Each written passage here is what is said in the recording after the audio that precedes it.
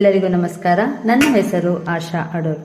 ಆಮಂತ್ರಣ ಸಾಂಸ್ಕೃತಿಕ ಹಾಗೂ ಸಾಹಿತ್ಯ ವೇದಿಕೆ ಕರ್ನಾಟಕ ವಾಟ್ಸಪ್ ಬಳಗದಲ್ಲಿ ಆಯೋಜಿಸಿದಂತಹ ಸ್ಪರ್ಧಾ ವಿಷಯದ ಕುರಿತು ಒಂದೆರಡು ಮಾತುಗಳನ್ನಾಡುತ್ತಿದ್ದೇನೆ. ವಿಷಯ: ಆರೋಗ್ಯ ನಿರ್ವಹಣೆಯಲ್ಲಿ ಉತ್ತಮ ಹವ್ಯಾಸಗಳ ಪಾತ್ರ.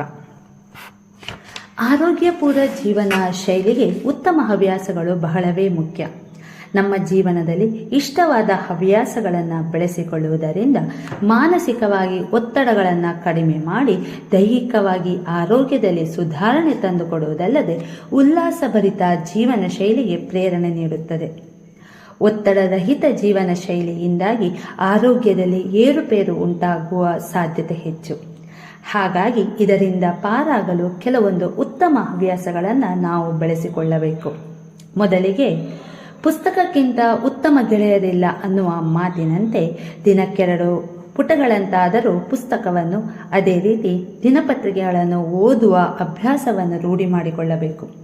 ಹಾಗೆಯೇ ತಮ್ಮ ಆಲೋಚನೆಯನ್ನು ಬರವಣಿಗೆಯ ಮೂಲಕ ಬಟ್ಟಿ ಇಳಿಸುವ ಅಭ್ಯಾಸ ಮಾಡಬೇಕು. ಇನ್ನು ಯೋಗ, ಧ್ಯಾನ, ವ್ಯಾಯಾಮ, ನಡಿಗೆ ಹೀಗೆ ಇವುಗಳನ್ನೆಲ್ಲ ಪ್ರತಿದಿನ ಅಭ್ಯಾಸ ಮಾಡುವುದರಿಂದ ದೈಹಿಕ ಸಾಮರ್ಥ್ಯ ಹೆಚ್ಚುವುದಲ್ಲದೆ ದಿನಪೂರ್ತಿ ಉತ್ಸಾಹದಿಂದ ತೊಡಗಿಸಿಕೊಳ್ಳಲು ಸಾಧ್ಯವಾಗುತ್ತದೆ.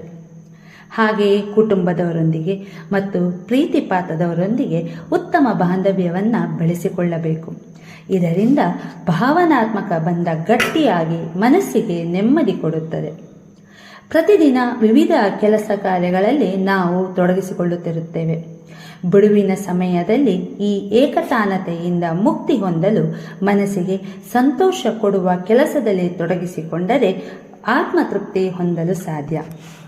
ಹಾಗೆಯೇ ಕರಕುಶಲ ವಸ್ತುಗಳ ತಯಾರಿ, ಸಂಗ್ರಹಣೆ, ಲಲಿತ ಕಲೆಗಳ ಕಲಿಕೆ ಹೀಗೆ ಮನೋವಿಕಸನಗೊಳ್ಳುವಂತಹ ಅಭ್ಯಾಸಗಳನ್ನು ಬೆಳೆಸಿಕೊಳ್ಳುವುದರಿಂದ ಜೀವನದ ದೃಷ್ಟಿಕೋನವನ್ನೇ ಬದಲಿಸಬಹುದು.